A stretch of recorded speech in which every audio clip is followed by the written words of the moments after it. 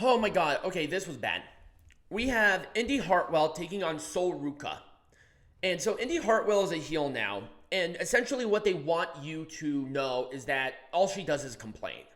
Not entirely the best way to get somebody over necessarily, but Indi Hartwell being a heel, I'm okay with that. The match itself was nothing but clotheslines. It was clothesline fucking city. Indi Hartwell is better than that. And Ruca just showed up. Just showed up. Well, a couple of weeks ago, but still. So, clothesline after clothesline after clothesline. Very well done clotheslines. And good aggression on them. But clotheslines.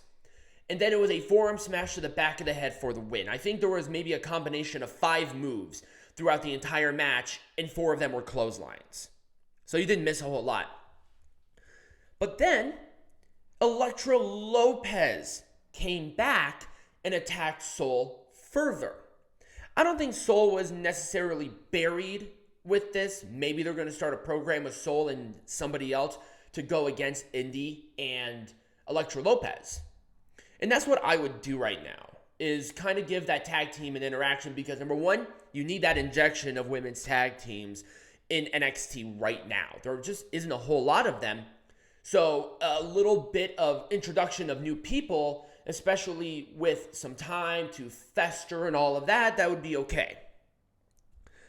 But it was just done so unusually because we know how good Indi is. What will happen in the future of this? I don't know.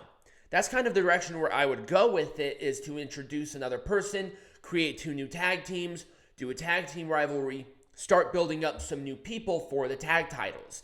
So overall, I'm going to give this an Orange Cassidy thumbs down. If it wasn't Clothesline City, maybe it would have been different.